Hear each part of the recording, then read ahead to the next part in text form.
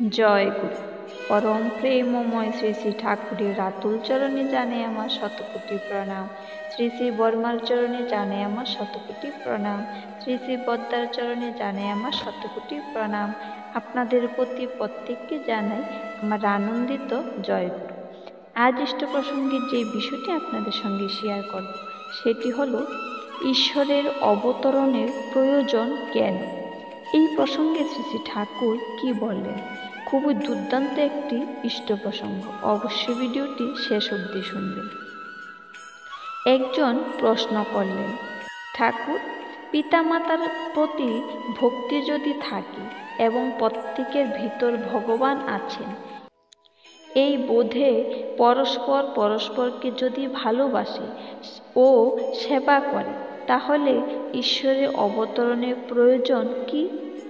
শ্রী শ্রী ঠাকুর সুললিত কণ্ঠে গেয়ে উঠলেন, জাগ্রত ভগবান হে জাগ্রত ভগবান।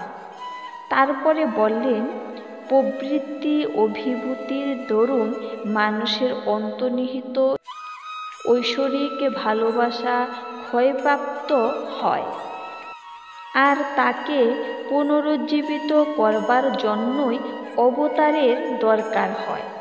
কারণ অবতারের মধ্যে ঈশ্বরদীপ্ত থাকেন।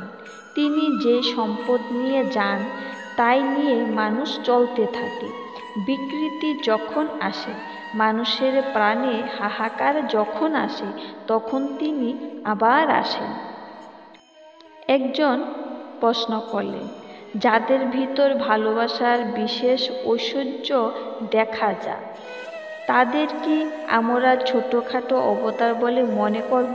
শ্রী শ্রী ঠাকুর বললেন, অচ্যুত ভালোবাসার ভিতর দিয়ে মানুষের ভিতর ভগবান জাগ্রত হন। একভক্তি বিশেষতে একাগ্র সক্রিয় নিষ্ঠা চাই। একেই বলে আন্তরিকতা।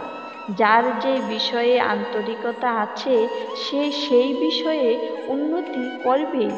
কিন্তু কিছু কিছু লোকের আন্তরিকতা আছে বলে এত আবিল্য সত্ত্বেও জগৎ চলছে।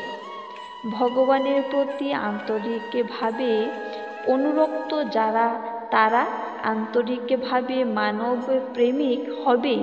এহেন মানুষদের বলে ঈশ্বরকোটি পুরুষ। ঈশ্বরকোটি মানুষ অবতার নন, তবে অবতারের অনুগামী। অবতারের জীবনদশাও তারা আসেন, আবার অন্য সময়ও আসেন ওই যুগ প্রতিভুর উদ্দেশ্যে পরিপূরণ করতে। কখনো বা আসেন আগামীর আগমনের উপযোগী করে ক্ষেত্র প্রস্তুত করতে। একজন প্রশ্ন করলেন, একই সময়ে দুইজন পূর্ণ অবতার হয় কি না? শ্রী শ্রী ঠাকুর বললেন, তা কি হয়? উক্ত ব্যক্তি একজন পূর্ণ অবতারকে তার ভক্ত কিভাবে পূর্ণ অবতার বলে বুঝতে পারে, যদি উভয়ের মধ্যে একটা প্রকৃতিগত ঐক্যসেতু না থাকে? শ্রী শ্রী ঠাকুর বললেন, যা কিছু এসেছে সে ঈশ্বর থেকেই, তাকে বাদ দিয়ে কিছুই সৃষ্টি হয়নি। ঐক্যসেতু সেই পরমপিতা। সেই হিসাবে প্রত্যেকে যা কিছুই তার অবতার। তবে শ্রীকৃষ্ণ অর্জুনকে বলেছিলেন, আমারও বহু জন্ম গত হয়েছে, তোমারও বহু জন্ম গত হয়েছে। প্রভেদ এই, আমি সেগুলি জানি, তুমি সেগুলি জানো না। অবতার মহাপুরুষদের মধ্যে পরমপিতার স্মৃতি চেতনা জল জল করে। সাধারণ মানুষের ভিতর সেই স্মৃতি চেতনা নিভু নিভু। তিনি ইষ্টাভিধ্যান তৎপর উচ্ছ্বসোকা ও আত্মরাম। সাধারণ মানুষ বৃত্তি অভিধান্য, তৎপর উৎসবিমুখ ও ইন্দ্রিয়াসক্ত। সেই দিক দিয়ে দুইয়ের মধ্যে আকাশ পাতাল তফাৎ। বাইবেলে আছে, আমি ঊর্ধ্বলোক থেকে আসি, তোমরা নিম্নলোক থেকে আসো। এ ছিল আজকের নিবেদন। আবারও পরমপিতা রাতুল চরণে আপনাদের প্রতি প্রত্যেকের মঙ্গল কামনা করে ইষ্ট প্রসঙ্গ আজ এখানে শেষ করছি। ভুল ত্রুটি হলে ক্ষমা করবেন। জয় গুরু।